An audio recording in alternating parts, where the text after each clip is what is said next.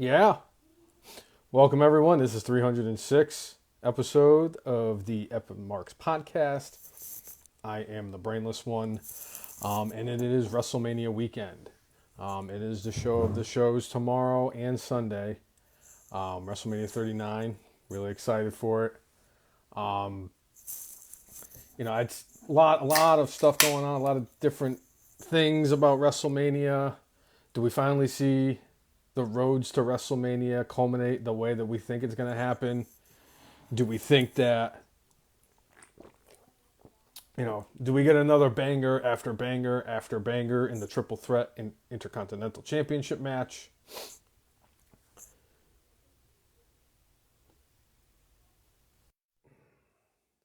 I mean, this is it. This is the big one. This is Triple H's first official head of creative. Yeah.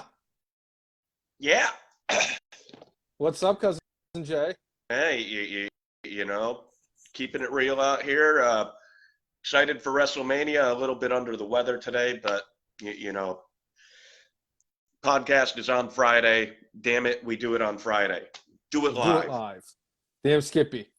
Yeah.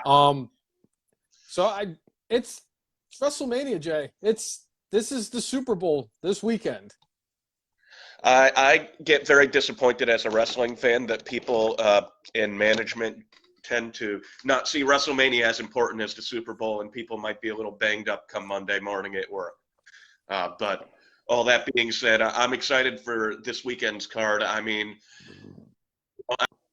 I was thinking about past cards and what have you, and in general, I don't remember a ton outside of you know, the top two or three matches. Mm-hmm. And if you're talking about the different what you call it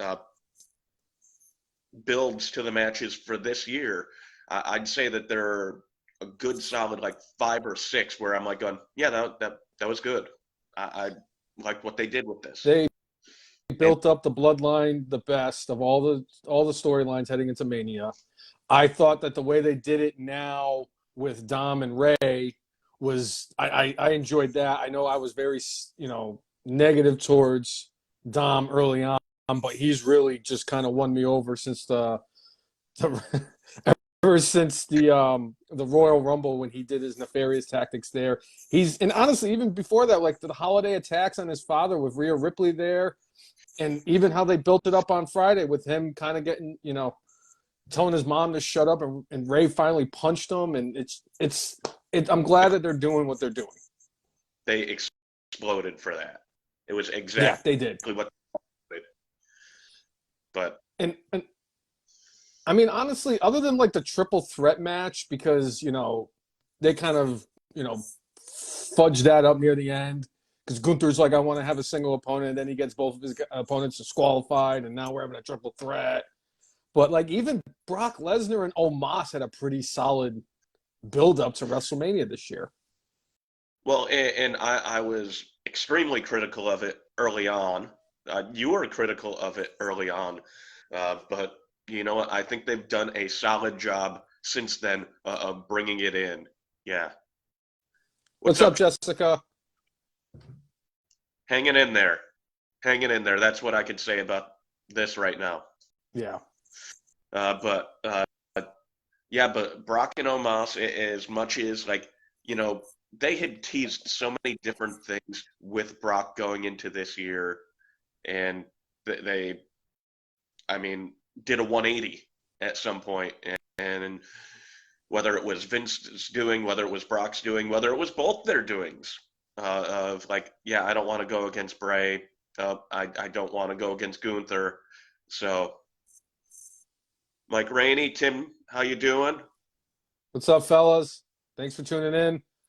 And honestly, like I know that we're gonna strictly stick to WrestleMania, but Yeah. there is one thing in particular I really would like to discuss with you, because it does actually have an impact on WrestleMania, since, lo and behold, yesterday on ESPN, Stephen A announced the whole card for WrestleMania. Bobby Lashley went from having a match at WrestleMania to having a match tonight in the SmackDown edition of WrestleMania SmackDown's Andre the Giant Memorial Battle Royal? I mean, we don't know exactly what's going on with Bray. There were rumors possibly of long COVID, and that's why he couldn't perform. But if I were Lashley, I'd be pretty pissed off. Now, I don't think they get bonuses like they used to based off of pay-per-views and what have you. So I think this will hurt Lashley less in the pocket. But it's like he was scheduled to have a high-profile match on the biggest show of the year, and now he's got nothing. That's just a whole heap of crap. Yes, and this is a former multiple-time champion that they're doing this to. Somebody that they've kind of already boned at WrestleMania. I mean, granted, he had his makeup moment. Right. By beating Drew McIntyre to retain the championship. Oh, excuse me. But yeah. There we go. It's F. Marks Hall of Famer El Jefe in the building. God, stupid fucking liar. No, look at that. F. Marks Hall of Famer gags to clown. John Cena can perform. Fuck Bray Wyatt. Never liked him. Yeah. What's up, Jeff? What's going on, guys? Keeping it real, man.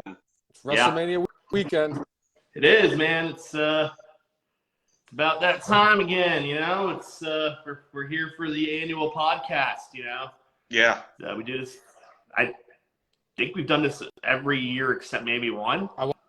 Yeah, maybe it was. Yeah. Since 2016, 17? Yeah. Something like that. Yeah. So great to be back. Great to see you guys. Jen, I know you're a little under the weather, so hope you're starting to feel better. We wanted to do this in person, but no. It's fun. It's fun. So, what were we talking about? Were we just kind of setting up the show here, or like? Because I know I'm a little late. Kind of talking about. Go ahead, Jay. I'm sorry. Well, I was going to say, we were just kind of setting up the show. Although one thing, I know that we're basically sticking to WrestleMania, but one thing that did come out this week is Vince McMahon is now officially a WWE employee again. Oh, he signed a 2-year. Because of what Nick Khan said on Screaming A Show? Is that what we're going with? I mean, I don't think he never was a WWE employee. Let's be real. He probably get paid under the table, all that fun stuff. But, I mean, that's not a shock to me. I knew Vince would never be able to stay away. And then I knew once the shitstorm calmed down, he'd be back. Yeah. I mean, that man has been through much more serious allegations. Not saying the things that he's accused of aren't serious. They are very serious. But he did take on the Feds that one time and did win. So right. That man's hubris has to be this. On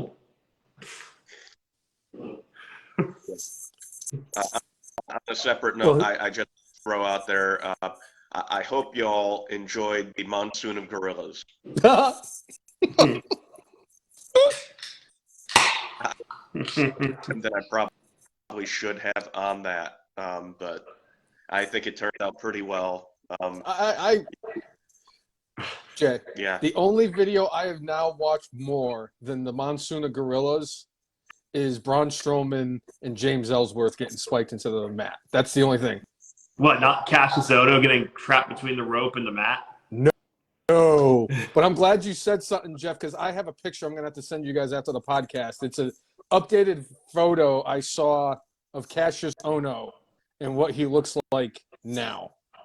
Is it jarring or is it not surprising at all? Well, let's just say he's still in that match where he keeps getting fatter. Yes, Nigel. He weighs 275 pounds more. He weighs 320 pounds more. Well over 300 pounds more. Well, you just said he weighed 270, Nigel. Speaking of Morrow, I saw Creed 3 a couple weeks ago. Morrow is actually the commentator for like the match. Wow. Wow. Okay. Yeah. Yeah, Showtime Boxing getting a rub in this one. You know, usually it's funny. Usually Rocky goes with, or Stallone goes with HBO with these things. Interesting. I'm trying to think. Like, I can't even remember. Like, I'm remembering like Rocky 4 was HBO, right? And then the one where he was old as hell, but his concussion got healed. That was on HBO. Sorry, I'm just thinking of like Rocky lore now. On the USA Network. Yeah, and, right. Bronco. Yeah. Against the GOAT. But yeah. All right.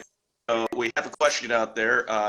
What is our opinion? Do we think Vince is back on creative? It's something I've been talking about for a while. We've been talking about for a while. I think he is. I think at the moment Triple H does have final say. Otherwise, we'd get 5,000 rematches every week, and right after a pay-per-view, we have not gotten that. So, but some of the booking decisions definitely make it seem like this was changed at the last minute. So I think Vince is tinkering, and I think he will go from tinkerer to full on taking over.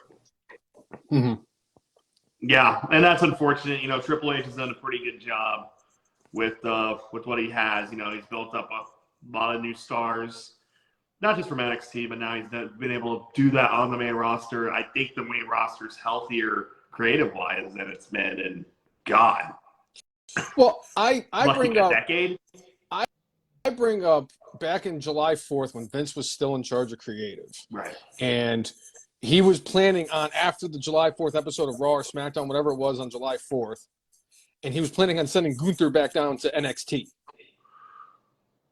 And now there's talks that he may retain the championship this weekend and beat the Honky Tonk Man for the longest reigning Intercontinental Champion.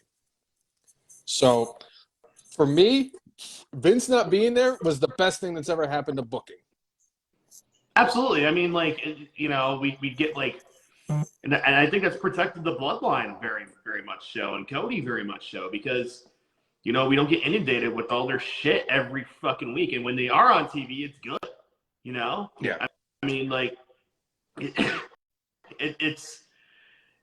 know, just seeing the old man go away and fresh ideas has been wonderful. This company's needed it for at least a decade, probably more. And to see him just kind of weasel his way back in there, and I'm just like, dude, can you just please like just go on an island somewhere and hang out and just chill, or go do something else, like start another football league or something. Like, I don't fucking know. Just you're bored, bud. Just go Right. find, or you know, create a fucking rival promotion. You can do it. Be hilarious. Call Tony Khan. Hey, pal. I need some creative decisions. can build another company. But one thing stated in the chat that like whoever buys the company is interested in possibly going back to the like $50 or $60 a pay-per-view model. That would not go over well. That would it will either. Once you open up that bag, that was it. You cannot go back. And you know, AEW has done pretty well by staying to you know, doing like the $50 pay-per-view model. But the thing is they only have 5 of them. They don't have like 12 to 13. You could build a storyline. You could get people to give a damn when, you know, when AEW is actually on their game. Like if you think I'm paying $60 fucking for a fucking elimination chamber, absolutely fuck not, okay? Hell in a Cell? Yeah. No. Money in the Bank, I might pay $30 for. Great Balls of Fire? What? Great Balls of Fire? Great Balls of Fire, I might give them like 69 cents. Wait, what about if they brought back tables, ladders, chairs, and stairs? Oh my God. And it ends with that shitty Bray Wyatt match. Oh. Holy shit. That was one of the worst shows I've ever seen. Yeah, it was one of the worst. Captain Wendy versus Captain Insano.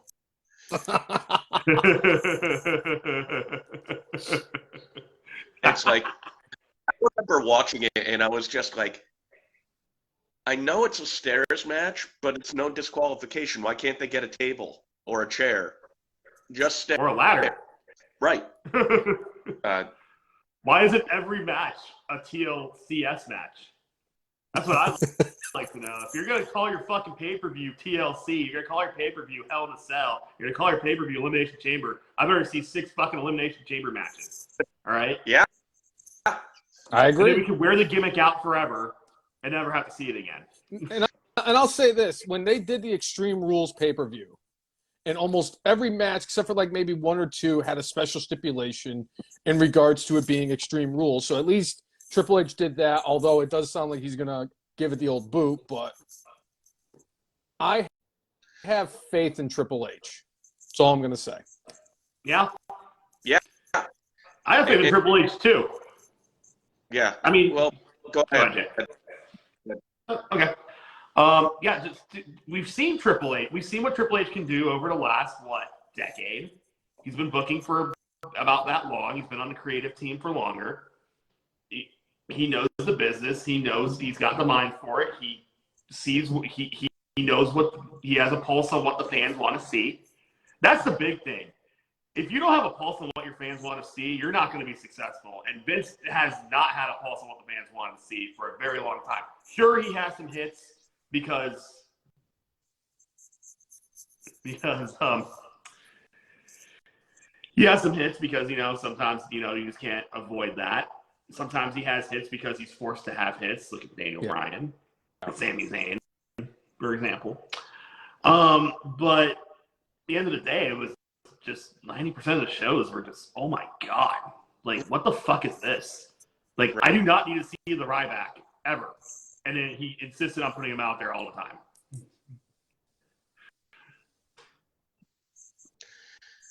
Yeah. Speaking of being pulse of things, Cody Rhodes this week talked about how it was after he won the Ring of Honor championship, and it was super early in the morning, and I think Cody said it was like 1:30 in the morning, and he got, it was a one-word text, but it was Triple H saying congrats. And Cody was like, early he's like paying attention. The dude has 5 million other things going on, but he sees what's going on and, understands. And as you said, has the finger on the pulse. Right. So, I think that there's nothing, it like when see what other people are doing and like going, okay, this person's getting over. All right, I think I could work with that. And I think for a while with Cody, like Cody saw himself as a bigger star in WWE than WWE did and went away to prove himself. Mm-hmm. And he did. Yeah. And he's far from the first person to ever do that. I mean, but he is. Did it. But his story is just so jarring because he helped start a whole new fucking company to compete with them. And he's just like, okay, well, did my job here. I guess I can go back and be a star. And it's actually the greatest long play of all time, I think, because I agree. He gets to leave AEW, doesn't have to do any of the fucking, backstage bullshit anymore. He can just be a wrestler, get paid a fuck ton of money more than he would ever have gotten had he not done this. So, I mean, very smart businessman. I mean, he learned from one of the best. I mean, you think Dusty hasn't done shit like this? Right. Eric, yes, Roman has won the main event. He won it last year against Brock. And then he also beat The Undertaker that one time. And then he also won against Edge and Bryan Danielson in the triple threat. Yeah. Yeah. So, yeah. Yeah. So Roman's got a good track record at WrestleMania. He's actually at the point now where he's main evented 5-6 times now? I think it's like 5 or 6 at this point. I think you're right. He's at that Cena level. And when he came back from leukemia, he had the victory over Drew. I know it wasn't main event, but he beat Drew in his return singles match. Yeah. Right. So. Yeah, it was, so, I mean, the cool thing now is, like, when we used to see Roman in the main event, it was like, oh, my fucking God, again, you serious? Now, he's cool as shit. So, they really, see, like, that's what I'm talking about. Like, turning a character completely around. Like, they never did it with John Cena because they were too scared to, but they did finally do it with Roman Reigns. And look, he's more successful than he's ever been. And the character, and he probably sells more merch than ever. Just see what happens when you just take risks, and it with a good performer like that pays off. And it's interesting that brought up because Roman Reigns this year becomes the first wrestler in WWE WWF history to have defended the title in 3 consecutive WrestleManias under the same reign. That has never happened before. So what he's doing right now, he's on a whole different level. Do you think they're like, I mean, like, I don't know what's going to happen on Saturday or Sunday, whenever the hell this match is. I assume it's the main event on Sunday. Do you think, like, they're just trying to, like, write certain people out of the record books, too? Like, I feel like he's going to have a longer reign total combined more than Hulk Hogan at a certain point. And Hulk Hogan was champion for a total of 4 years, and Roman's coming up on like 3. I mean, with Hogan, I mean, it wasn't just that one, like, 4 years. He had a 1-year reign between 5 and 6. He had another reign after WrestleMania 7. Yep. He had the one after WrestleMania 9. Yeah, exactly. But I'm saying, like, Roman's had multiple reigns now. And he's had multiple reigns now, and he's had this, 700, 800 day reign. 900. He's at 900 now? Yeah, I mean, you might as well, like, I mean, you got to start to think, if he wins this weekend, you got to start to think, like, they might be going, moving on. I mean, no one's going to touch Bruno Sammartino. I mean, that's going to be impossible, but. Yeah. But not going to do Sam. Comes from modern era. Because even Backlund, like, as much as he's not as heralded as Sammartino, he had the title for 6 years. Yeah. Mm-hmm. My only thing about him getting to the 1,000-day reign as champion is that, number one, he's got both belts. I know that Triple H has been talking about they're going to come out with new belts and they're going to get rid of the Universal Championship, and people are speculating that the big golden beautiful belt's going to come back and everything. But the thing is that you told a story. You've been building up Cody since last year's WrestleMania. He came back from the injury with the pec. He came back and won the Royal Rumble. Everybody, this is your biggest face. This is the guy who leapfrogged Sami Zayn to get this moment, which, again, I have zero issue with, because if there's anybody who deserves it, Cody deserves this moment right now. If they do go in that route and they have Roman Reigns win, and I'm praying that they don't, who's left? I mean, you really have nobody left. Like, I totally get that, Bobby.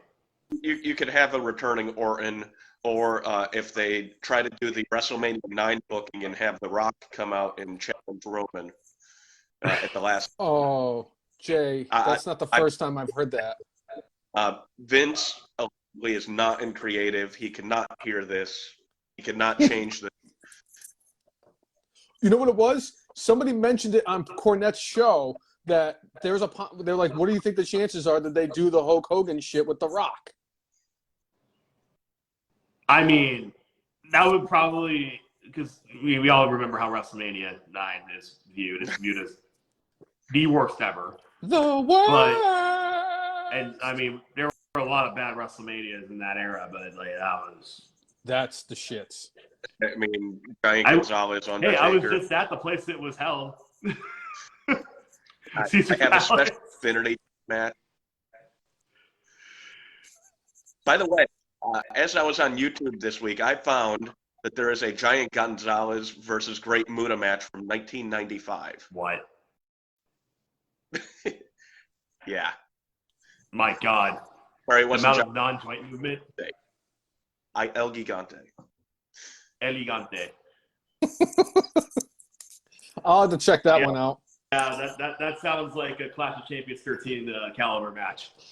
Yes. So to kind Yeah. of circle back to the whole Bobby Lashley thing real quick.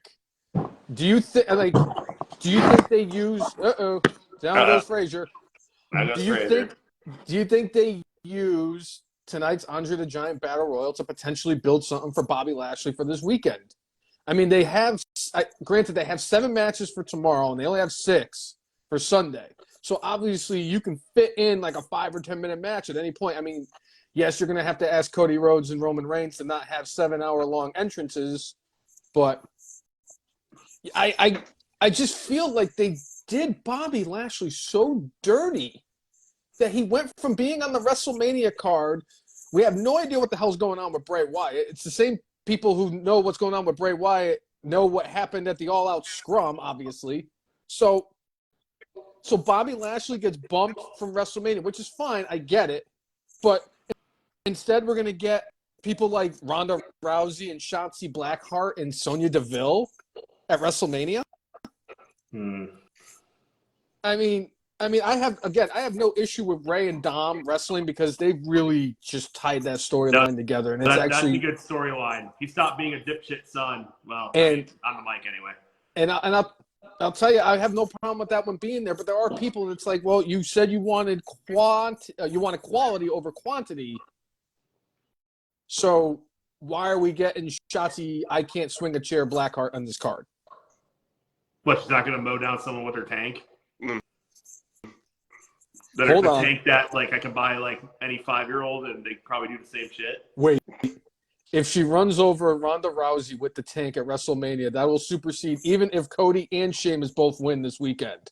If Shotzi Blackheart runs over Ronda Rousey with the tank, she gets my mark-out moment of the year. Yeah, it would be the second coolest thing to ever happen with a tank at WrestleMania.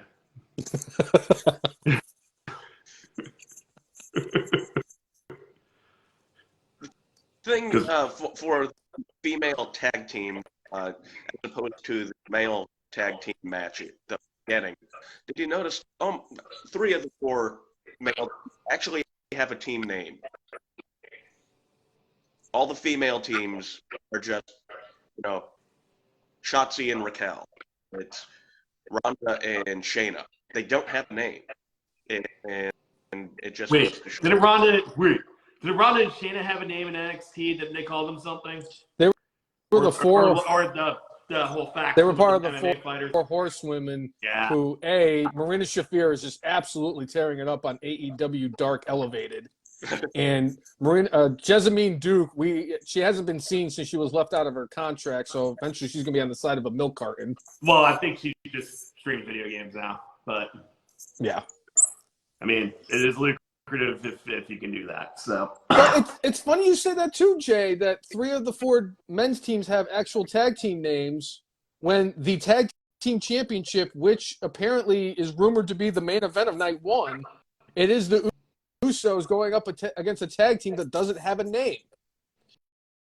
I mean, if I go back to a few episodes ago where we actually had the list, and I go with the number 1 name on the list, it is the GOAT and that fat piece of shit that the brainless one hates because I live the gimmick better than anybody else. Yeah. The Hostess Heroes.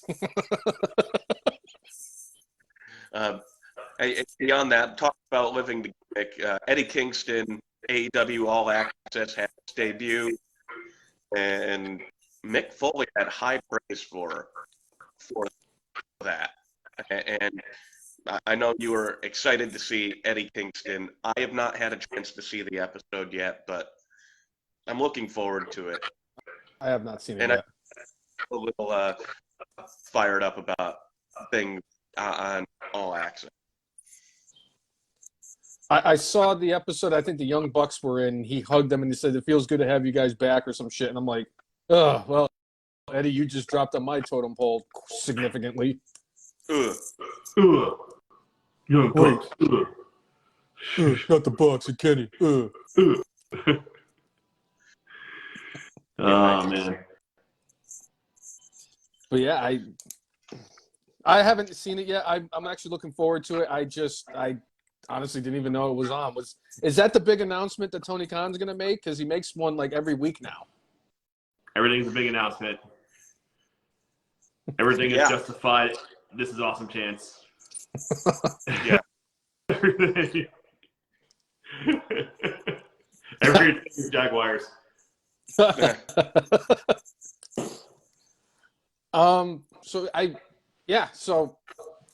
do you think? Do you think they're going to use the Andre the Giant Battle Royal tonight to kind of build up Bobby Lashley for a match for this weekend? I sure as heck hope so. I think Bobby Lashley deserves a spot on the card. Bobby Lashley a few weeks ago went on Twitter and said, I will have a match at WrestleMania. So I think we're going to see him at WrestleMania. I don't know if somebody attack him today during the match or he wins and somebody attacks him after the match. But I do think we're going to see the almighty night one. I think that he deserves a match because he got to meet Tungsten Armored Oil the other day, and he probably got tungsten powers, so he's probably going to win the Battle Royal. Now, he probably won't win the Battle Royal because he has tungsten powers. So here's a crazy scenario real quick. Let's say they go through the whole match and they get down to the final two, and the last two are Bobby Lashley and LA Knight. Bobby Lashley somehow throws LA Knight out of the match. Let's say like some kind of chicanery, Bobby Lashley ends up going out on top.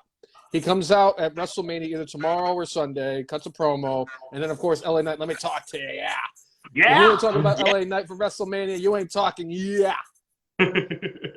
If we got Bobby Lashley and LA Knight at WrestleMania from this, I'm okay with it. Yeah. But if somebody if they do something stupid and have like Rick Boogs win this shit tonight, like they did last year with Madcap Moss, it's just you're wasting Bobby.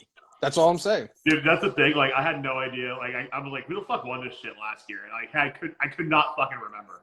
I could not remember for the life of me. I remember last year, I even said specifically, I said, watch, they're going to do something stupid, and they're going to have freaking Madcap Moss win this. He's the only person I don't want to see win it, and he won the fucking thing. Man, he won the Battle Royal. He has Emma. Fucking life's not fair sometimes, right? And the crowd and the best part is every time he comes out, the crowd goes mild. Yeah. Yeah. His brother's more popular than him. He's just a random coach on the Eagles. Oh, jeez. Yeah. Oh, man. Yeah, I mean, the thing about the Battle Royal is, like, I remember when they first brought it, it was like, what, 2016, something like that. That was for the WrestleMania in Dallas, if I'm not mistaken. Who knew? The first one they did was 30 because that was the 30? one where Cesaro picked up the Big Show and deposited him out of the ring. Yeah, I will never forget that because that was one of my all-time favorite WrestleMania moments. Yeah. Because he just picked him up like a sack of potatoes and just... But that's funny that you mentioned that was 30. Because, like, now, like, oh, fuck, that was 10 years ago. So, now I'm just like, oh, we've been doing this for 10 years. But no, they were going to use it to push Rocket and Cesaro's ass. You're making a Paul Heyman guy. Unfortunately, you know, things weren't followed through on, and he was injured and all that stuff. But now you look at the Battle Royal, it's like, okay, cool, Madcap Moss has won it. Oh, look, Braun Strowman won 1 year. He should fucking win 1 year. He's a fucking Braun Strowman. Mojo Rawley. Oh, my fucking God. I forgot about that fuck. Baron Corbin. I put that man out of my head. Bum-ass Corbin. I could accept that more than fucking Mojo Rawley. Mojo Rawley last eliminated the Jinder with the help of Rob Gronkowski. Oh, my God, that's right. Oh. And then when Gronk lost the Super Bowl, Jinder tweeted, "You should not have hindered."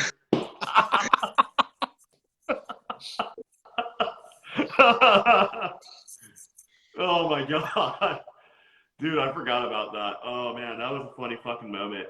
Because then Gronk came to host WrestleMania, and then he realized, oh shit, Vince McMahon's fucking crazy. I don't want to do this. And he actually hosted COVID Mania. Yeah, that's what I'm saying. He was gonna host regular WrestleMania, right? And then it was just like, I guess I'll still host COVID Mania. I'll never forget that with Gronk, because the first time they showed him on the camera and he just looked like a deer in headlights, and I'm like, yeah, he's not cut out for this. But it's funny, he's better now. I mean, they put him on as an analyst on Fox. He's perfectly fine. He's Gronk. Yeah, he's Gronk.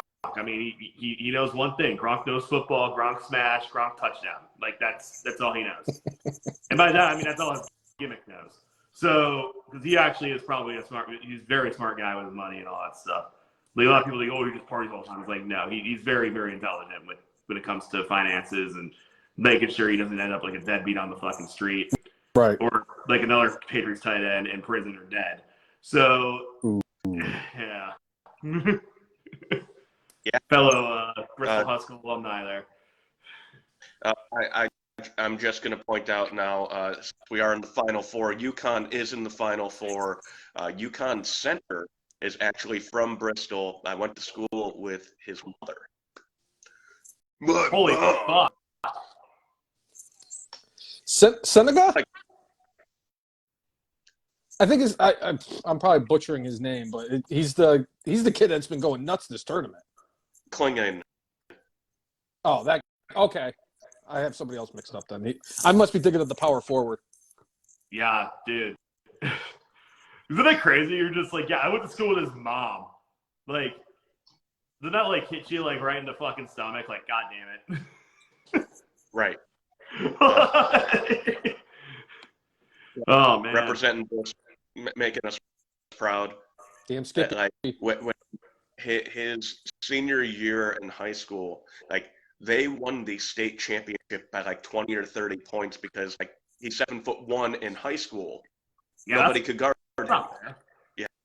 That's like that team LeBron was on in high school. It was like him and like a bunch of like 6'5" dudes. It's like, okay, well, they're not losing. Yeah. Thank you, Timmy. I knew it was something like that, but I'm terrible with names. Yeah. So, anyway. All right. Anything else you want to get into, or should we get into the card?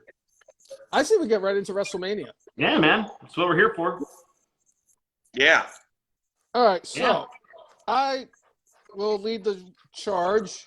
So I have them separated by day, too, which is kind of funny. Yeah, you organize this. Crazy. I know. So, for night one of WrestleMania, we're going to do all 13 matches, and then I want you guys to give me a prediction of who you think the surprise person or one of the surprise people that's going to show up for Mania that Nick Khan promised us on the Stephen A. show. So, well, we know we're going to get the Miz because he stole Snoop Dogg's title. And Snoop was probably so anxious that he's probably smoking about 20 blunts right now. And, you know. Yeah? Yeah. Yeah. Yeah. All right, so for night one, let's start with the men's Fatal 4-Way Tag Team Showcase match. We have the team of Braun Breaker and Ricochet versus the Street Profits versus the Viking Raiders of Minnesota, who should be bringing in El Vikingo, El Hijo, or whatever the hell the dude's name was, and the Alpha Academy. It's Braun Strowman, by the way. What did I say? Oh, I'm sorry. Sorry. Right. I got my bronze mixed up. Yeah, I was very confused. I was like, he's up there? Okay. Yeah, sounds like it's going to be a good four-way tornado tag match. Here's the thing. If they do this bullshit where they all have to fucking tag in, that's going to piss me off. But because it's a fucking four-way tag match, you can't really do that unless it's like one of those, I don't know, they do goofy shit when they do four-way tag. Anything more than like a two-team match is always goofy in WWE because they just kind of make the rules up. Right. But at the same time, I think this is going to be a good night for the Alpha Academy. Okay. Because Otis, first of all, I interviewed Otis a few months ago. Fucking awesome dude. Fucking nicest guy. He very, very, very, very polite, very, very into the gimmick. He lives his gimmick very well, and you know it would be good to see him rewarded. You know after he got that little push a few years ago during COVID, and then they kind of pulled him back, dialed it back a little bit. But it'd be good to see him and Chad Gable. Chad Gable fucking deserves a lot more than he's actually gotten for years now. So it'd be good to see them come away with a big dub there. Okay. What do you got, Cousin Jay? I'm going with the Street Profits here as much as like it feels like there's a bunch of times where they're thinking about splitting them up. You know, there have been some interviews, and I know that things change all the time, but said like we will not break up. You know, teams tend to break up. You know, we'll just kind of randomly go in our different directions. There's also possibly talk of Chad Gable getting a singles push at some point, which is why I'm not thinking Academy. But I'll go with Street Profits. And again, part of that has to do with Montez and Bianca having that show on Hulu. Oh, that's right. Part of a thing to help build up Montez more. I mean, Montez is just he's so fun to watch. He's so athletic. Yeah. Elimination Chamber match he was in, he was just fucking incredible. And, it'd be great to see them win too. But, I already made my pick, and I'm not going to change it like somebody else would. Wait. I'm going to say this just because it's the most, of all the things that WWE could do, the most WWE booking way of doing it, which is how I'm going to predict the entire show. It's going to be Braun Strowman and it's going to be Ricochet. Because you can't have three established teams in a match with a makeshift team and expect one of the three, established teams to beat the makeshift team. So all the years of watching wrestling, Braun Strowman and Ricochet. So does this end with a 450 off of Braun Strowman's shoulders? Probably. Okay. He'll do something crazy. All right, next one up, we have the 6-woman tag match. Damage Control. Bayley, Io Sky, and Dakota Kai going up against the tag team champions for the women's, Becky Lynch and Lita, teaming up with Trish Stratus. I'm sorry, Becky Lynch and Lita are the tag champions? I didn't see that. I'm sorry. I'm a little behind. I wish I didn't. What the fuck? Yeah. Well, I mean, cool for Becky, but Lita? She's like 50. Love Lita. Love her to death. She's one of my favorite wrestlers ever. I thought she was the coolest member of Team Extreme. But, like, what? Yeah. Like, that's very strange. Well, obviously, I mean, since it's not for the titles or anything like that, I mean, they're gonna give Trish Stratus and Lita and Becky the rub there, and because all three of them are legends of the business at this point. You could put Becky in that category at this point. I really agreed that you can. And then I want to say Io Sky has tungsten powers because she also met Tungsten. Tungsten is Shohei Ohtani, by the way, for those who aren't cultured. But but yeah, just seeing that, knowing that Lita and Becky are the tag champions now, it's like they're not going to lose that match. And I don't think Trish and Lita come out of retirement, well, semi-retirement, to lose. So you got the tag team champs and the GOAT. Yep. Okay. Cousin Jeff. As much as I'd like to go with Damage Control here, the fact that and have the titles, it does feel very difficult to like. We're gonna have like another tournament or something like that to get new tag champions. You have literally 0 teams names. So I'm gonna go with Trish, Becky, and Lita. I agree. I think that's a clean sweep from us. Mike Rainey says he's got damage control and Trish Stratus turning heel. Hey, man, we haven't seen Trish Stratus as a heel in like 20 years. I would actually love to see that. Trish Stratus as a heel was awesome. Yeah. She was a bitch. Yeah.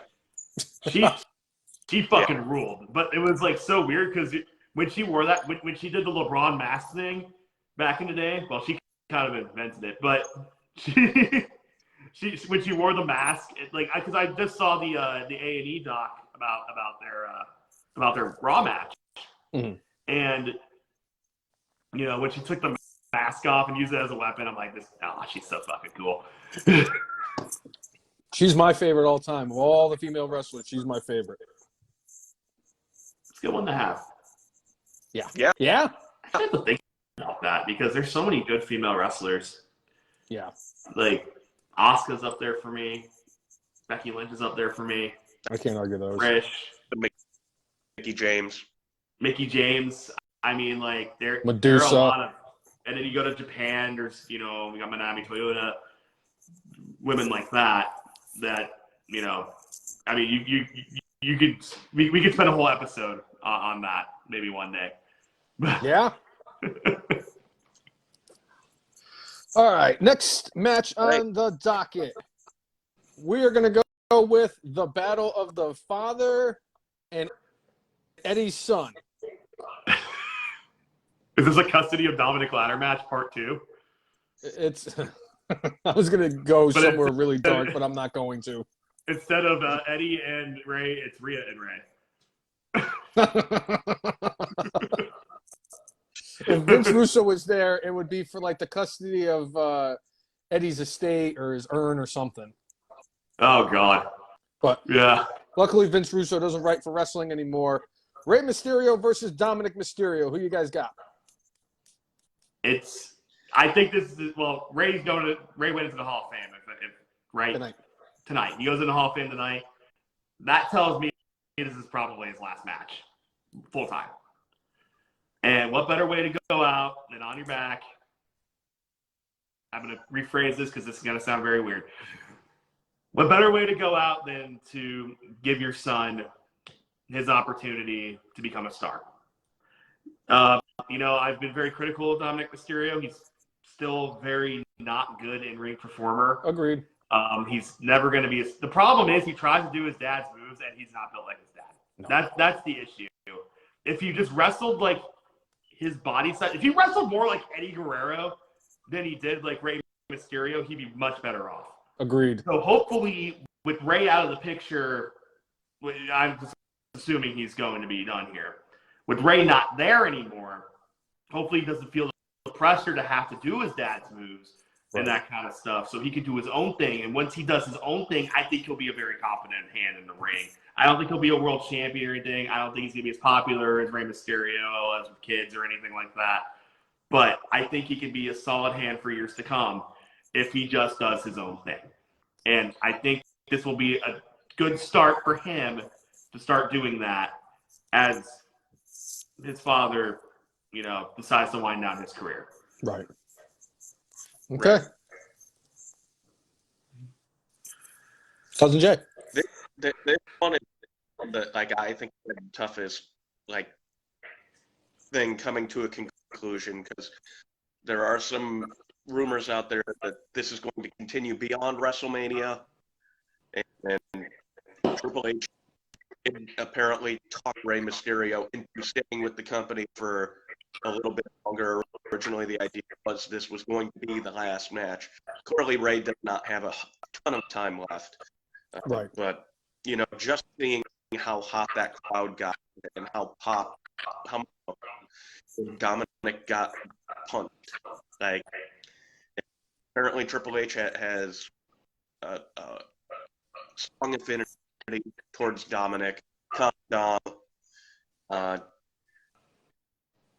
And I guess I'll go with Rey winning the match, but come Dom and beating him down after.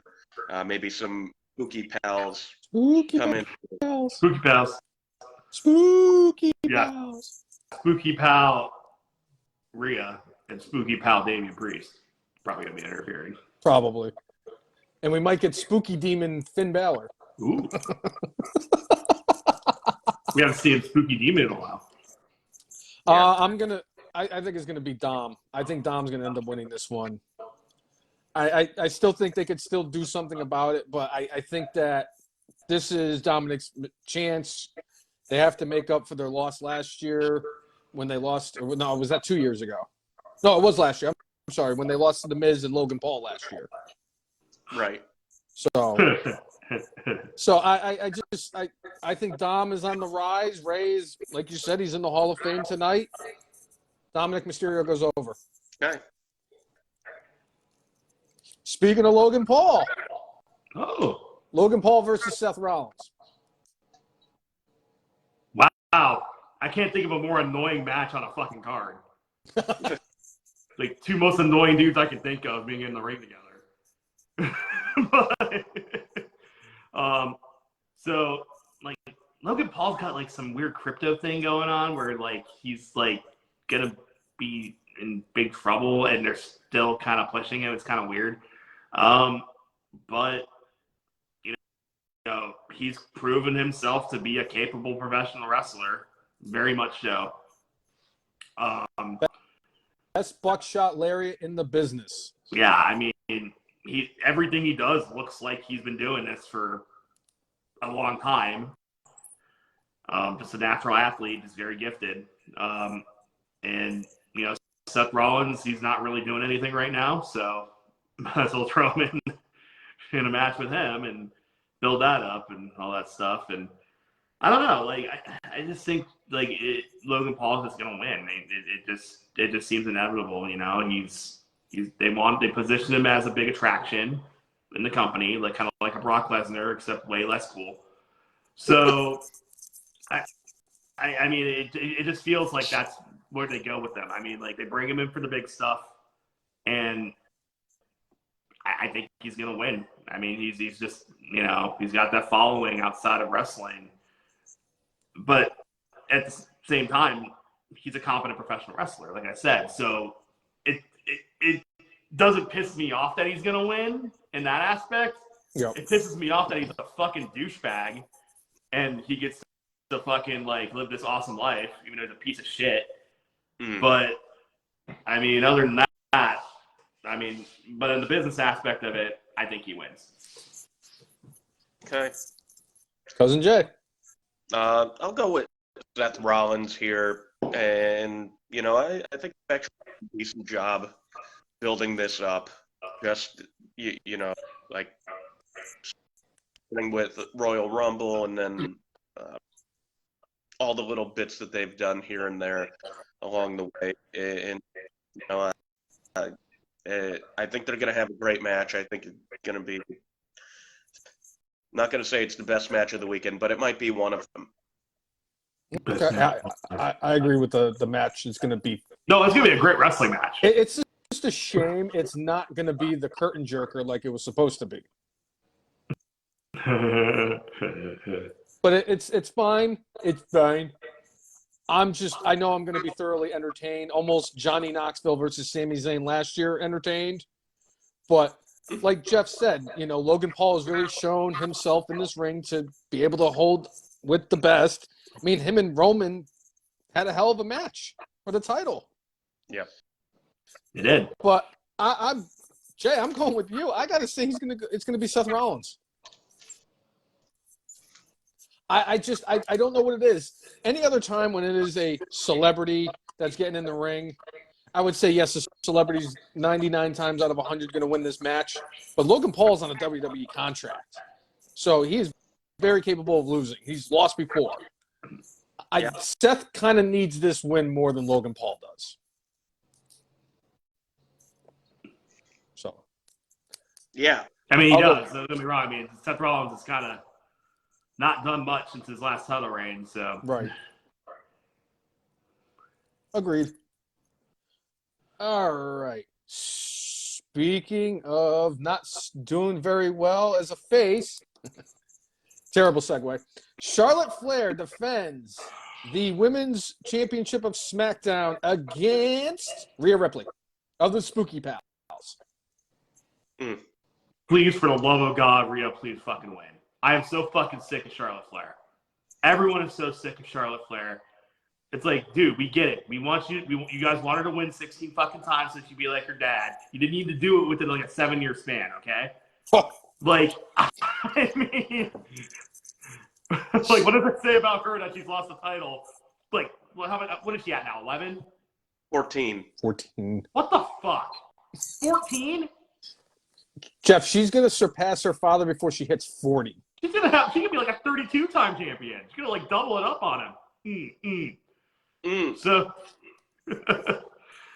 But I don't think Rick would have it any other way. He'd want his daughter to be the one to surpass. No, I think no, absolutely. I mean, I don't think Rick's mad about it. It's just like, but you just inundated us with her for years, for the last decade. It's like, holy fuck, dude. Like, yes, there's other women on this roster. Rhea Ripley is awesome. Awesome interview, by the way. Great interview with her. I had a few months back. Never got around to posting those, though. I mean, circumstances got in the way. But, Rhea was, I think I did talk to her about potentially, something like this happening for her. Mm-hmm. So, I think she has to win this. I mean, like, she's in a position where, she needs to be the next big thing. She's got the unique look. She's got the power. She's got all the moves. She's still very young, so they could push her for a while. So I think Rhea Ripley should win this match. Now, how many times I fucking said that and Charlotte Flair is like, woo, figure eight, do the bridge. Oh, no, she tapped in like 4 seconds again. Oh, but who the fuck knows? But I want Rhea Ripley to win. I want Rhea Ripley to win, so I'm going to go with her. Cousin Jay. I'm going with Rhea.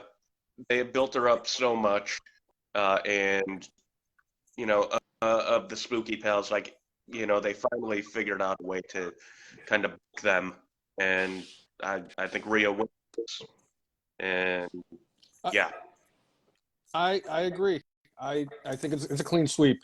She needs to have this win. She needs to get her retribution for when she lost to Charlotte in the one fan Wrestlemania COVID Mania. She needs to get her redemption match, and I think it happens this year. I'm sorry. Rhea Ripley wins tomorrow. Okay. The match that I'm sure a bunch of people are really excited for. The United States Championship match between Jeff's favorite wrestler, Austin Theory, and I don't know who his opponent was. I couldn't see who it was when they posted the picture. Do you guys hear that? So we have Austin Theory versus John Cena, United States Championship match. What do you guys got?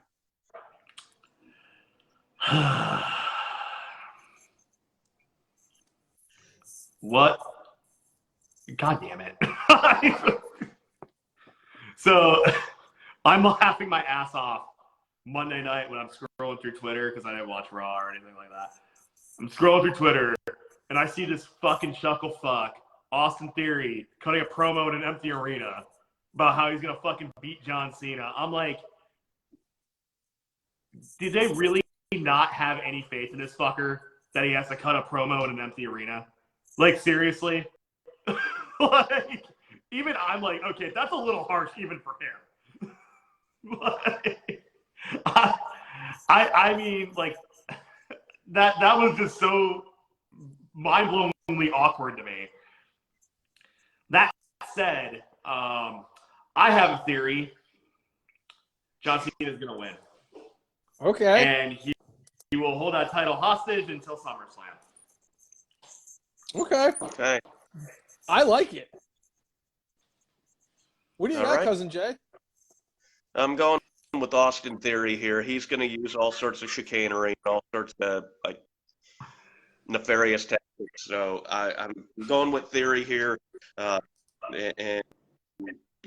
him getting the rub. They kept on kind of putting this match off until Theory had kind of gotten up to a certain level, and Jeff, when I saw the empty arena thing, as much as like, I was similar mindset of like, wow, they don't have a lot of faith in him in front of a crowd. I was like, well, this is something different, so I take that. And talking about, oh, I don't need people. I'll promo with no one in the arena, and I thought it was He threw it an back interesting way to do it, but he's throwing it back to the Thunderdome days. That's what he was doing. right, yeah. I like what Chris Brown said. Cena going to squash that piss ant motherfucker like a bug and then drop it on Raw to someone more deserving. Why isn't Chris Brown part of WWE Creative? Because I love that idea. Actually, that's a very, very good. That'd be a very good choice. If Triple H invented fucking Love Theory. And Tim mentioning that he thinks maybe US Open Challenge, Jay White comes out, and this is how they debut Jay White on Monday. And have him beat John Cena? Ooh. Have that Kiwi beat him for the US title? Oh man, he'd be a heel real quick. All I'm going to say is Austin Theory last year lost to Pat McAfee, who not only was an NFL player, unlike Baron Corbin, but he was a punter. Nothing against McAfee. McAfee's a GOAT. But Theory's going to go from losing to McAfee to beating John Cena? No. John Cena gets the win because roses are red, violets are blue. No matter how many finishers Austin Theory hits Cena with, he's still going to kick out at 2 because he's John Cena. And then he'll die with the FU. And apparently the main event, it's the Usos. It is the Drake's duo. Kevin Owens and Sami Zayn, Usos, Undisputed Tag Team Championships. What do you guys got?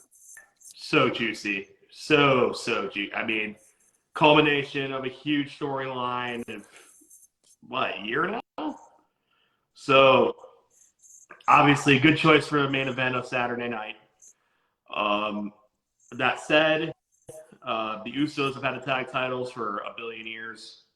But I think that becomes a precursor to what happens on Sunday night as well. So I think the Usos end up losing this match and that Sami Zayn and Kevin Owens get their big-time best friend buddy title run that they've always wanted, that everyone's always wanted to see, even though we've seen them fight each other about 5 billion times and team up and break up about 5 billion times throughout the last 20 years or so in multiple promotions. But I think it's time to do that. And, Sami Zayn has had the best year of his career. He deserves something big like this. Everyone thought he was going to be in the main event against Roman Reigns. And honestly, if Cody Rhodes wasn't there, he would be. But I think it'd be a good thing for them to become the Undisputed Tag Team Champions and, maybe hold them for a while. I don't know how long of a reign they could actually have because, there's so many great tag teams in WWE. So, I think it's just time for that. It's also time for the Usos to kind of like do something else too.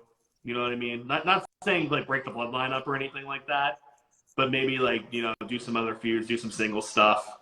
We were able to see a lot of that when I forget which one was fucking injured. Jimmy. Jay was injured. Jimmy was injured. Yeah. Because Jay became the right hand man. He also won the Andre the Giant Memorial Battle Royal. Yeah, that's right. And then you got Solo, and they can kind of do a huge thing, maybe a tribute to 3-minute warning at some point. So I don't know, but I think it's time for Sami Zayn and Kevin Owens to have that culmination, that big moment for them both in their career because their careers have paralleled ever since they started. Mm-hmm. Okay, I dig it. What do you got, Cousin Jay? I agree. Owens and Zayn need to win here. You've had the dissension in the ranks between the Usos lately, and I think it's time to get the titles off them. So, yeah. They've had the titles for what? At least one of them for a couple of years now, right? They Maybe a year. they won the Raw ones last year. I want to say it was in either April or May after WrestleMania, right before Randy Orton got hurt, because that was when they decided to unify the championships, Right. and they had the tag team titles at least maybe a year before that. The other ones, the SmackDown ones. So, Okay. I'm going to agree with you guys. I think it's an. I'm sorry, Jay. I thought the unification match was WrestleMania last year. No, because remember at WrestleMania last year was when Orton and Riddle had that moment with Gable Steveson when he belly to bellied Chad Gable when they did the Solo Cup thing.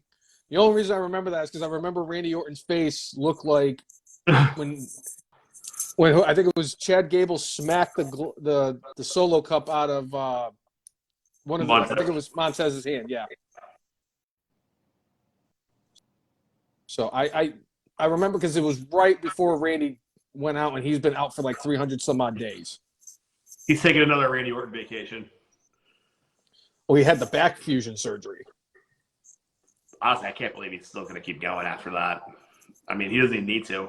No, he's established himself. No, he's one of the greatest of all time. Yeah. Yeah. Still younger than I think he is all the time, too. Jay's frozen. Yeah. Yeah. All right. That's night one, so should we move on to night two? Yeah, hopefully we get Jay back here. Jay, are you still with us? Oh, his thing must have froze. Yeah, he's frozen up. His connection has been. There he is. There he is. Hey, Cousin Jay's back. Yeah. Yeah. Yeah. Yeah? Uh-oh, we stopped again. All right. So let's do the women's tag match. We have the team of Liv Morgan and Raquel Rodriguez versus the team of Ronda Rousey and Shayna Baszler versus the team of Natty and Shotzi Blackheart and Sonya Deville and Chelsea Green. Wow. I am so fucking underwhelmed right now. Holy shit. This is the bathroom break. This is a fucking poop break. I mean, like, holy shit. I can't think of a match that would interest me less than this. I mean, I'm going to go with Ronda and Shayna because, like, they're the two clear biggest stars of all of them. I mean, it doesn't really matter. I mean, this is complete filler. Yeah, it's the bathroom break. Yeah. This will basically be the match right before Roman and Cody go off. So The cool down, if you will. yeah. Who do you got, Cousin Jay? I'm going with Sonya and Chelsea. Just because, I mean, Chelsea do and get over her current gimmick, and you know, I know they have a lot of love for Sonya, so I'm gonna go with them because. All right. Just because I can, I'm going to go with Liv Morgan and Raquel Rodriguez just because WWE might see something in Raquel as a future. It's just like, fuck, man. Like, that's just like, yeah. It just reminds me of the old days of when they just like throw the divas on TV. That when they went back when they called them that. Yeah. They threw the like it's like, okay, here's Nikki Bella and Brie Bella versus Alicia Fox and Cameron. That's what it fucking feels like. There you go. Okay, they're all. But let me be clear. They are all better wrestlers than the four people I just mentioned. I will make that very clear. But it's just like there's nothing creatively there for me. Is what I'm trying to say. No, I understand. Yeah. All right. Next one up. The match that everybody's been talking about. Brock Lesnar versus Omos with MVP in his corner. Brock Lesnar. But really, this is going to be a fucking big hoss fucking beat up match, and I I'm excited for this one. This is gonna be so fun. An old school, big two fucking huge ass dudes beating the shit out of each other. That's what fucking professional wrestling should be. But at the end of the day, Brock's kind of like coasting right now, isn't he? I mean, he doesn't have the belt. He's just kind of showing up, getting his paycheck, getting the fuck out. And Omos, he's never really had that huge match or win to really establish himself as a huge superstar. And I think this is the opportunity that they have for him to become something. If he beats Brock Lesnar, that's a big deal, and you can build off that very easily. So I think the smart thing to do would be Omos winning this match. Okay. Is that you're going with Omos then? Going Omos. Okay. Cousin Jay.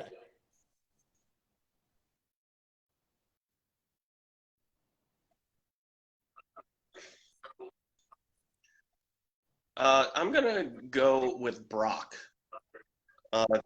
Just because, there's been rumors out there that, maybe it's the end of his contract, but I think it's just it's all a facade. I think he's signed up for more, and I'm going to say that Brock ends up going over in this match just to, keep him strong. It's certainly possible that, we get Brock doing like an F5 to Omos, and then we have Bobby Lashley coming out because we still have unfinished business and take out Brock. Okay. Certainly, and he has unfinished business with the Hurt Business? Yeah, that was terrible. Brock Lesnar. Yeah. And I'll tell you right now, when he lifts up Omos and he F5s Omos, that building is going to explode. Brock Lesnar wins in a squash. Wow. Okay. Cause I don't know what it is. Something about this year, I feel like there's going to be a major squash match. Because we haven't had like a really good one. And you guys know how much I love a good squash match. What was the last squash match at WrestleMania? Oh. That had to have been one. Was it Sheamus and Daniel Bryan?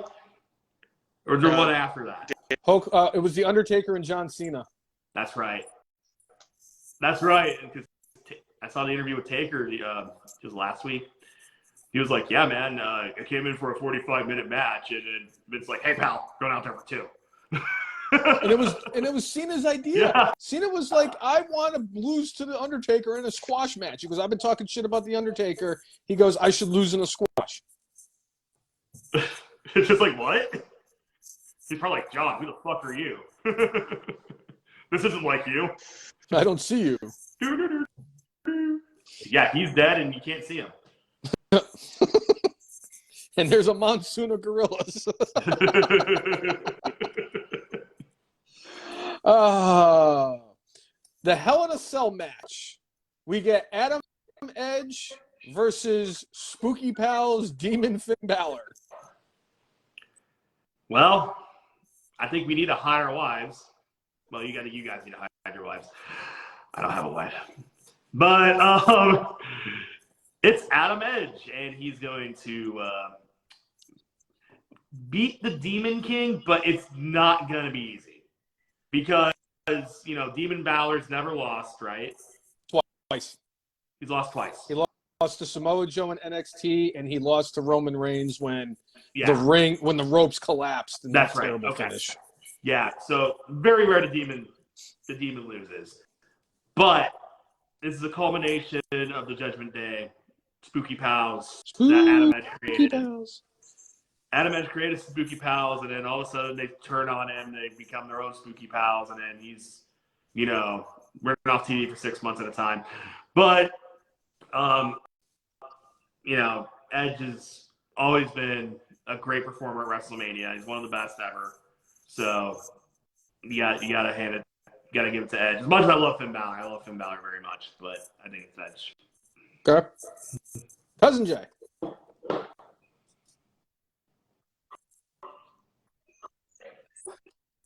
I'm gonna go with the Demon. I'm gonna go with Finn. know, it's been one of those storylines where, like, Edge is a very giving soul as far as the future. And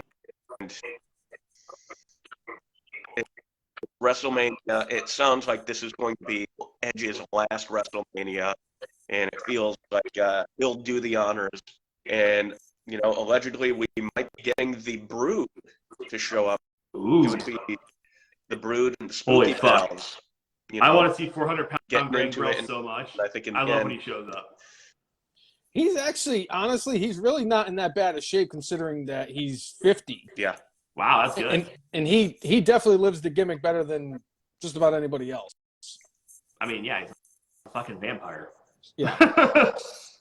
But I agree with Jay. I think Finn Balor's going to get this win on Sunday.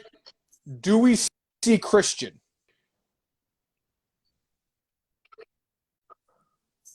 Christian. Is his contract That's up? the rumor. No.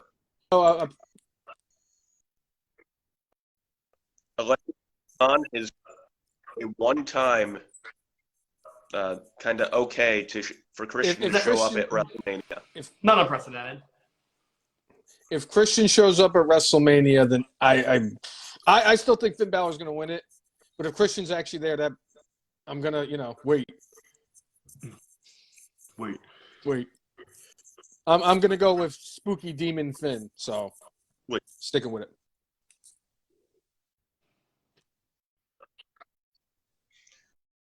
And he's going to wear the purple and black. He's got to have the spooky. We have the Raw Women's Championship between Bianca Belair and Asuka. Ooh. That's going to be a good fucking match. I mean, Bianca is such a fucking star now. I mean, holy shit. Probably the biggest star in the women's division at this point. Asuka, one of the best in-ring performers, man or woman, ever in any promotion. So that's going to be a hard-hitting fucking fight, and it's going to be great. But I do think Bianca Belair is going to be the winner. She's a superstar. She's got all the charisma in the world. And it'd be very smart of them to keep that going for her. No reason to play hot potato with the belt with her. Just keep it on her. Keep her as champion. Keep her as the star that she is, because she is amazing. Yep. I can't. That's a very good point, Jeff. Mm-hmm. She is really their female Cena now. Mm-hmm. What do you got, Cousin Jay?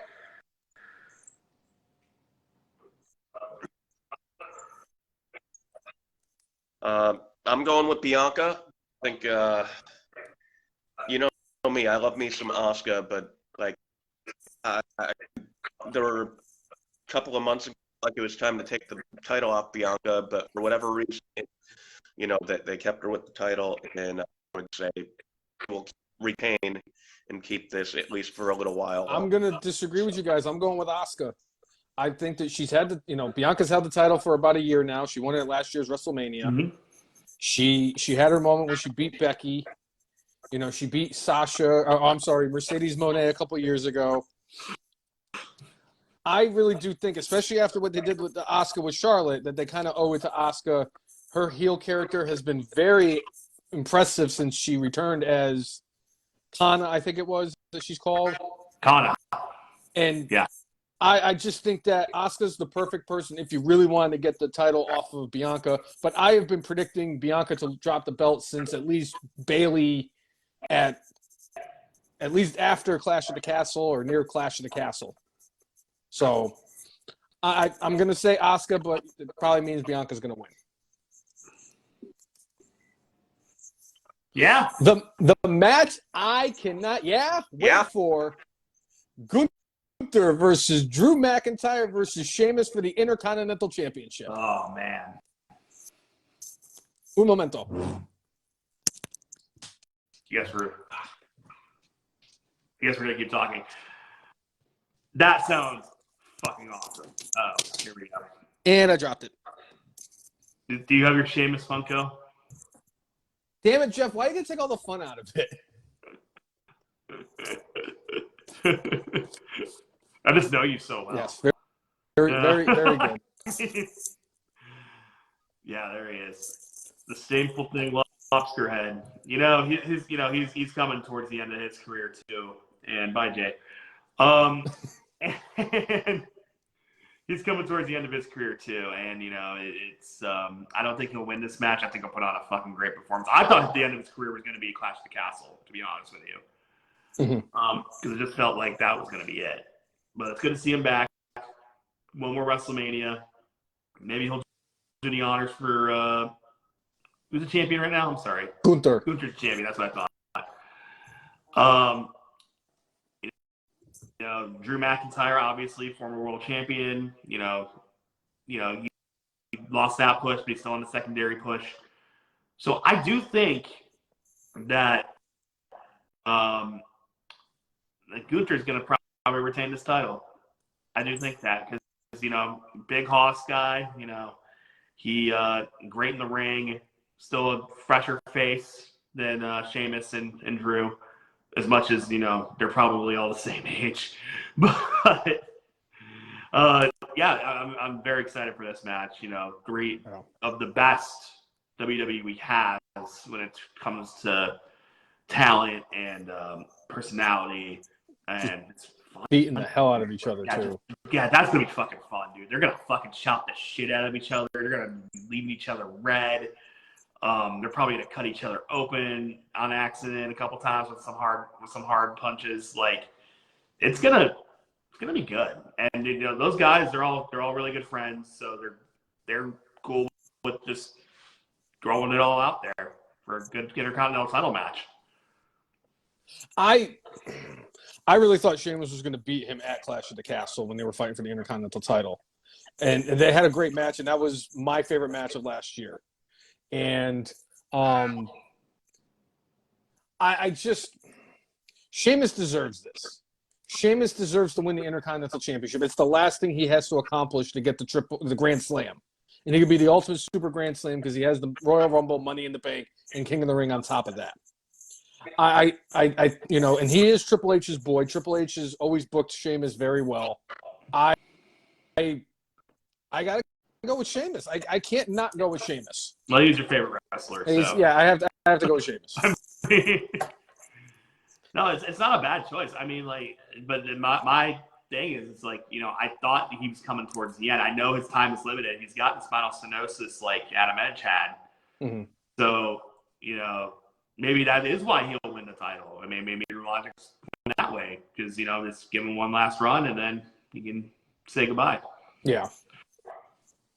It's going to be interesting to see. That's going to be the most fun match on Sunday. Absolutely. I know Roman and Cody are going to have a great match. But the three of those guys, Gunther, Sheamus, and Drew McIntyre, are just going to beat the snot out of each other, and I am all for it. Like I said, those big Hoss matches, man. Yeah. Old school. Get those big dudes in the ring, just start chopping each other, start fucking hitting each other, start slamming each other. That's the old school professional wrestling that a lot of people grew up on, including you and me. Yep, exactly. And hopefully Jay pops back in so we can get his prediction for that match. But yeah, his connection has not been very good today. No. Yeah, sucks, but it is what it is. It happens, unfortunately. Yeah. And honestly, the last match is Cody Rhodes and Roman Reigns. Wow. Man. Already at the end of the card, huh? Well, I mean, listen, man. I think I alluded to this earlier in the show.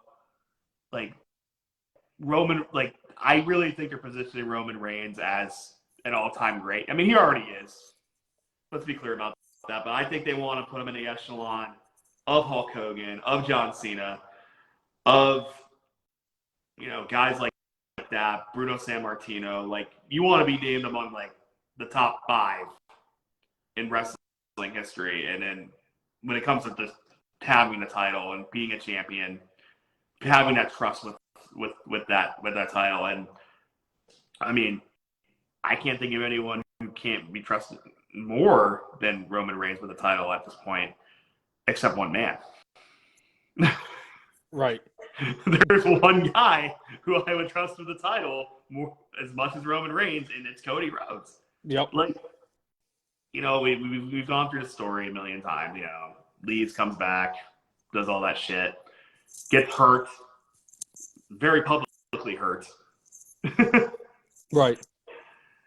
So this is a big moment for him. I mean, this is a culmination of years and years of grinding his ass off, doing his own thing. At the same time, I think Hunter still remembers him taking a fucking sledgehammer to that throne. So, with that in mind, I think Roman Reigns retains. Okay. Yeah. So, Jay is chiming in the chat. Okay. He has Sheamus winning the Intercontinental Championship, and he has Cody Rhodes winning the WWE Universal Undisputed Championship. Okay. Cody Rhodes left WWE in 2016 over money issue because they didn't see him as the big star that he thought he was, and he thought he was a bigger star than what WWE was presenting him as. Well, I mean, yeah, he was fucking Stardust, dude. I mean, he had a lot of fun with it, but at the end of the day, that's a goofy gimmick character. I mean, you're just trying to be they're trying to make him fucking Goldust Jr., except, less androgynous. And honestly, nobody else could have pulled that off like he did. He killed that role better than anybody could have imagined. Cody Rhodes is a culmination of 3 generations of wrestling. Think about it. His father, his brother's so much older than him that he's a generation ahead of him. Pretty much. And so and then he's in his own generation. So he got to see his father be the head booker at WCW. You got to see Dustin be part of creative. You got to see how Dustin pulled off. Dustin is a chameleon, man. He can pull off any fucking character you ask him to. And Cody is like that, except take it to another level. You can do anything you ask him to. So but at the same time, it's when you're not being presented as the star you are, you're not gonna get the star money.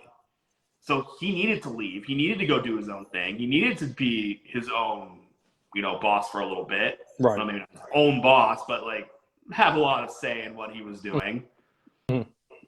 He unfortunately booked himself into a fucking corner within 2 months of AEW existing, but when his life changed a few years ago. He had his daughter and realized his priorities needed to change, and now he can just be a wrestler and not have to worry about any other bullshit. Agreed. CM Punk fighting the Young Bucks backstage. See, my whole thing is you built up this story, and you brought him back last year. You gave him the money. You saw something. He's proving to you guys that he is the star he is.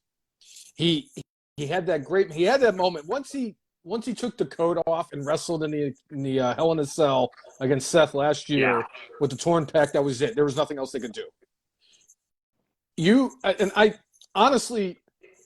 I'm convinced it's going to be Cody, but the more I think about it, Roman could very well win, and it scares me the thought that Roman could actually win because of the whole 1,000 days of reign as champion.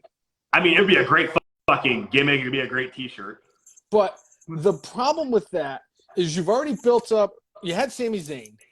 He's your 1B biggest white hot baby face, and he lost in his hometown in the match against Roman. You got your guy now in Cody Rhodes. He's the guy you built around.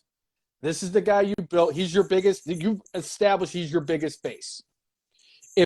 If Cody loses on Sunday, they're going to put themselves in a predicament, and I don't know how they're going to get themselves out of. I think it makes too much sense for them to just put the belt on Cody, let Roman take his time. He earned it. He's busted his ass. He's carried the company as the face. Cody's your guy. Even with the horrible freaking tattoo on his neck, he's still the guy. Dude, even to this day, it still fucking freaks me out every time I fucking see him with that thing.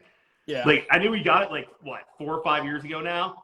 But I'm just like, oh, my God. Like, why? It's still terrible. It's just like, dude, like, you know what? Can you at least, like, add to it or something? Just, like, do something, please. Like, if you're gonna get a fucking neck tattoo, you might as well just go all in on the rest of your body, right? Yes. I agree. Yeah. Well, yeah, that's who's your surprise? Who do you think's going to make the surprise appearance? I have a couple of people who could probably show up. Two very, very big names in just entertainment. Bad Bunny, we have not seen him in a while, and they're in Hollywood. Okay. And the best actor who used to be a wrestler, Dave Bautista. Okay. I like it. Jay, if you're still here, who do you have for your prediction that's going to show up as a surprise person for this weekend? The 2,000 programmers have to put up with in programming code. The 2K. Imagine the people who do the video game and having to put that stupid freaking tattoo in there. Oh my God. Pinpoint accuracy. Too bad that video game sucks. I think it's Randy Orton. I really do think that Randy Orton's going to be the surprise person that shows up because I can see a situation. Even if Cody wins, Cody has his moment, holds up the championships. I can see Randy Orton's music hit, and then he goes out there to celebrate with Cody. And then when everybody thinks that the celebration is the way it is, hits some with, an RKO, punch him in the skull. I mean, yes, you could probably do that the Raw after, but Randy Orton showing up at WrestleMania, I think, makes the most sense. You think Ted DiBiase Jr. could get permission from his parole officer to show up?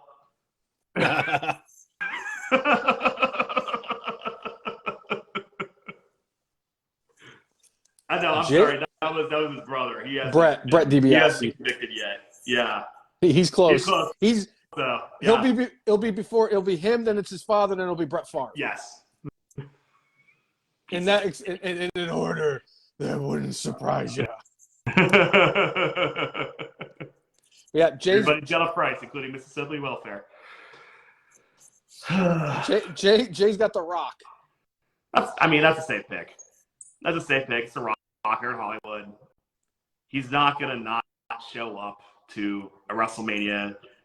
Well, I was going to say in his backyard, but he lives in Charlottesville too. So, yeah, but that's a good pick. Maybe we get multiple. Maybe we get The Rock. Maybe we get Dave. Maybe we get Bad Bunny. Maybe we get all of them. I mean, I don't think we're seeing Stone Cold Steve Austin this year. I mean, I think we got exactly what we needed out of him last year. Don't need to see him wrestle ever again.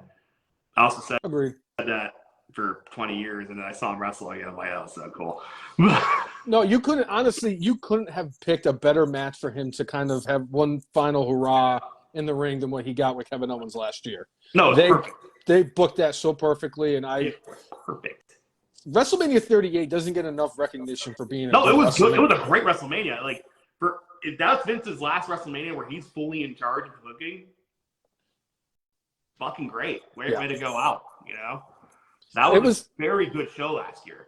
They had a couple of instances where I was like, oh, it's not that great, but as a whole, it was one of my favorites. I mean, there's been very few WrestleManias where you're the whole card's like, oh my God, I fucking love every single thing. Card. But that last year I was very sports entertained last year. I will tell you that. And I'm hoping. I look at this card. I don't think it's that caliber of last year, but I think it has the potential to be very good if the performers show up. And I'll tell you right now, even looking separating the shows the way they did, I'm you have Edge and Balor, Roman and Cody, and the triple threat, and even the women's match for the title. I mean, those are all great matches. I mean, even the night before. I mean, the Usos and Sami and KO are going to be awesome. Charlotte Flair, as much as everybody hates Charlotte Flair, you're going to get the best performance out of her tomorrow night, and Rhea Ripley could definitely bring it. This has a potential to be a good one. I don't know if we're going to be talking about a top 3, top 5, but I think it's going to deliver this weekend. Yeah. I think it'll be a good Mania. Now, the one I'm looking forward to is next year's Mania, which is in Philadelphia. Yes. And if we're not, we're going, right? We're going. Yeah. Because we have. I will sell do an blood and semen if I have to. Mark podcast. I have to. If I have to sell a lot of blood and semen to get there, I will. I don't know about that, but I mean, but I'm so down for next year going to WrestleMania. WrestleMania 4, it's the closest it's ever been to me that I think about it, because I grew up in Cleveland. It was never really close to us ever. Right. And then I've lived here for almost 8 years, and the closest it's ever been was the Meadowlands. The Meadowlands, yeah. And that was the same case for me when WrestleMania 29 happened, because it was only a 2.5 hour drive. But I'm not saying that I felt accomplished by going to WrestleMania 11, but I need my redemption WrestleMania to make up for a bottom 3. Yeah. So what better than 40? And they always go out on the 10 years. Yeah. So I mean, like, look at 20, that we can't really talk about the number, and then you look at 30, which had the same main event, but a different guy doing the same move to win the match. So whoever wins the title next year will win the title with a crippler crossface in the middle of the ring. Ooh. Well, that's what happened in the last WrestleMania 20 and WrestleMania 30, so why would it happen at WrestleMania 40? Wow. I mean... Hey, crazier shit has happened, Jeff. That's all I'm going to say. I'm not saying he's going to come back and do it. I'm just saying I know. I'm just saying, because you're right, because it was Daniel Bryanson that did it, 10 years ago or 9 years ago, and it was, like you said, Chris Benoit 19 years ago. Yeah, and it was two of the best moments in wrestling history. We just can't talk about one of them. As long as they bust out Hulk Hogan to make it a complete ass out of himself in Philadelphia, that's all I need. I'm at the Veterans Stadium, brother. Oh, I'm sorry. I'm at Lincoln Financial Field, brother. I'm at the ECW house, brother. Hey, brother. I used to wrestle at the Spectrum. It was very aptly named for me, brother. Oh, fuck. So we do the good, bad, and brainless. So Jay, if you're still in, can you drop a good, bad, and brainless? Jeff, if you got one. I mean, the good is, WrestleMania weekend. This is the one time a year, all wrestling fans are like, it's just like this is the time of this is our time to really just come together as the wrestling community. Online it can get a little heated and toxic and all that stuff, but I feel like WrestleMania, that all goes out the window for a weekend. Yeah, everyone's just having a good time. Everyone's just excited to watch the biggest show, the show of shows, the biggest show of the year in professional wrestling. It's the Super Bowl. It's a Super Bowl. I mean, it really is. And no matter what any other promotion ever does, it will never touch what WrestleMania does. Correct. So I think the good is just that sense of community that we do have during this weekend. I think that's always a good thing. Yeah. And for me, I got Gangrel. I I don't remember the last time he was in a WWE ring, and I felt bad because he was supposed to do a spot in AEW months ago because he was supposed to be brought in for that with Christian. Right. And then it kind of got squashed because Edge did something instead. I think it's great. I always enjoyed him as a character. I thought he was something more than he really was. No, I always did too. I always really liked him. Especially when I was a kid. Yeah. Like I was a little kid when he was a thing, and watching him spit the blood and shit, that's the coolest fucking thing ever. Oh yeah. It's like top 5 entrance ever. Do you know how tempted I was in church to do that with the church wine? Oh. Could you imagine me just like showing up the first communion, just like all over the Eucharistic ministry? Yeah, you would have been. you would have been thrown out of the game faster than JT Real Muto the other day with the umpire. Yeah, that was funny. Do you have any bad, Jeff? I mean, the bad was like, I keep going back to that empty arena promo. I'm like, what the fuck is this? Like, this dude really does suck. I mean, Yeah. I mean, it's not even a theory anymore. It's just like a proven fact.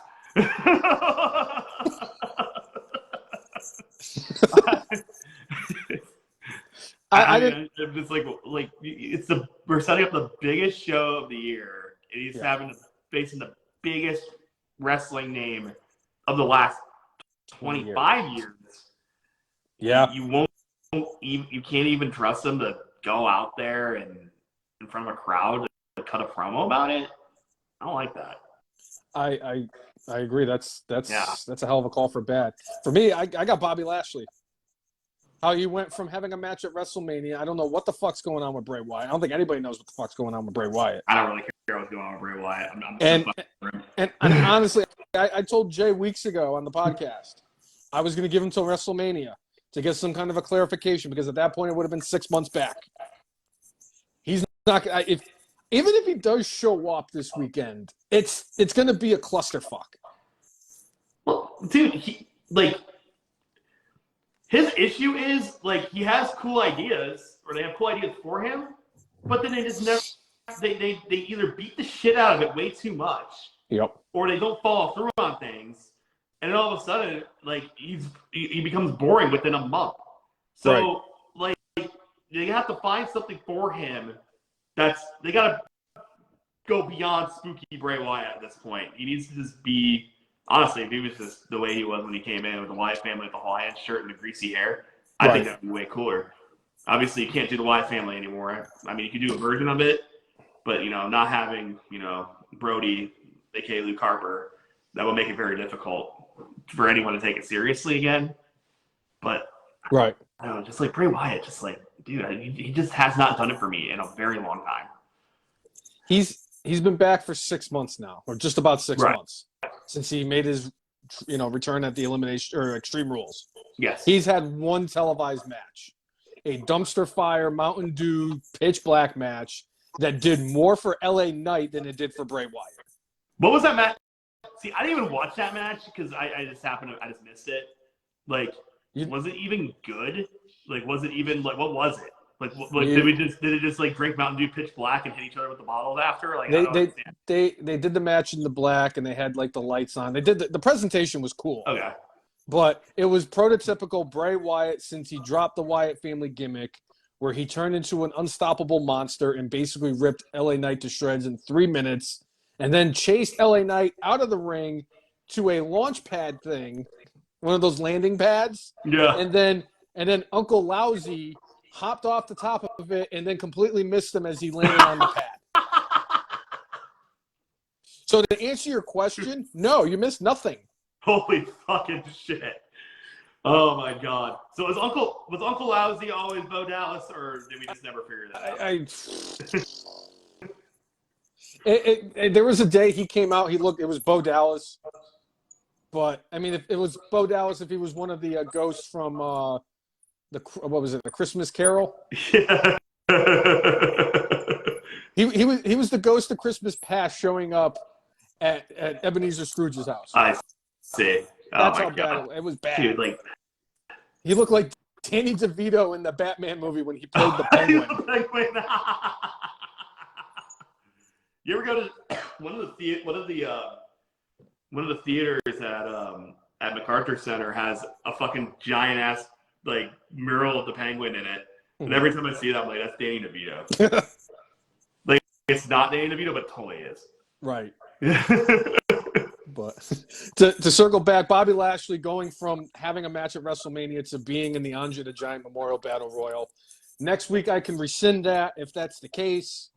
If he actually gets a match and we get him against LA Knight or Bronson Reed or anybody, even if it's clarification from Bray Wyatt.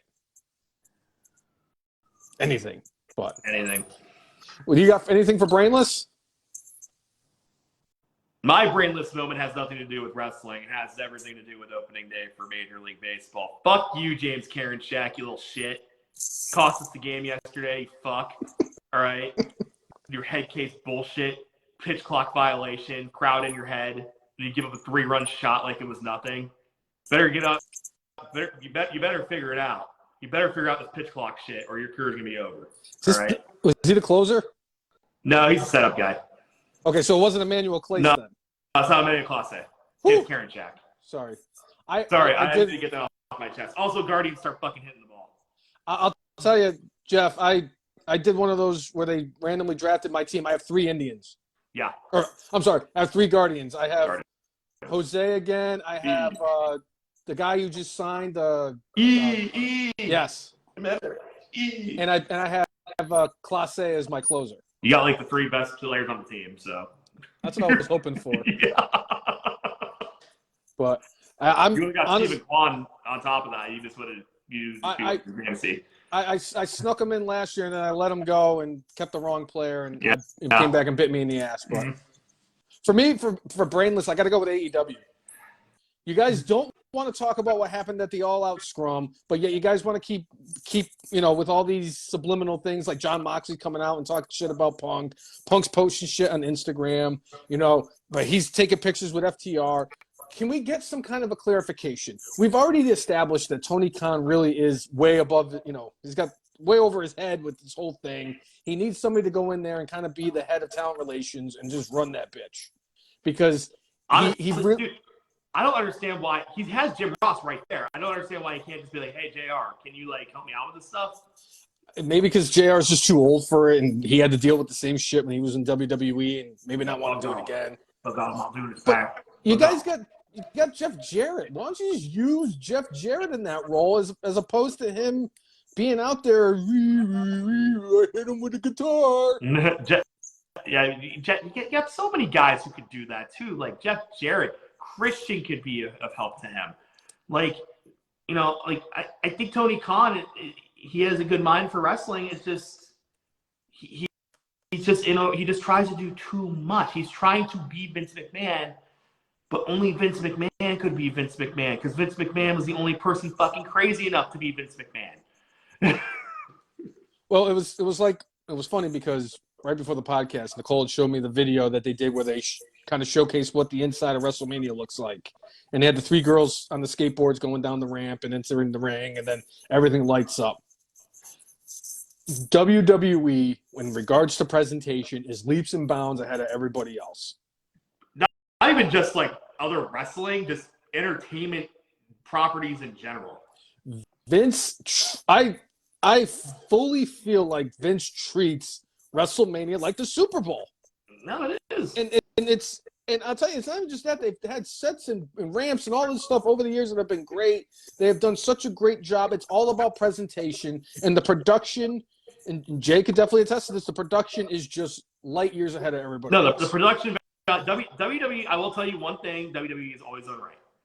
They invest in anything that they can make their television product better, they will invest in it. Except the new except the new director, because for whatever reason they won't get rid of Kevin Dunn. No. That's the only thing that's ever held them back from being truly upper echelon, elite, untouchable. Yeah. He's the only reason they are held back. And the second they figure that out, the second they can get rid of him, they need to do it, and then the production will just be mind-blowing at that point. Right. And Chris Brown had mentioned a couple of things. He said that Bray Wyatt is suffering from long-term COVID, which is why we haven't seen him. That sucks. Yeah, that does suck, man. I've never had it, but I know people who have, and it's just terrible. And he said that Jeff Jarrett is in charge of the house shows and the travels and all that stuff. He's in charge of running AEW's house shows. Oh, that's great. That's awesome. But how often does AEW do house shows? They're starting to do them. It's once a week now, and okay, not very. Good. I think that's fine. As long as they're not doing this whole WWE 5-day-a-week schedule. Right, I agree. Yeah, that's part of the lure of coming to AEW is that you don't have to work as much. And if you wanted to work, elsewhere as you can. Yeah, exactly. Because you don't have to work as much, but if you want to, you can. Because Moxley was at Bloodsport last night, so yeah. And he wrestles in GCW, and a lot of the wrestlers wrestle elsewhere. So I like that AEW does that. I do too. I understand WWE's philosophy with the exclusivity and stuff because they're just such a global brand.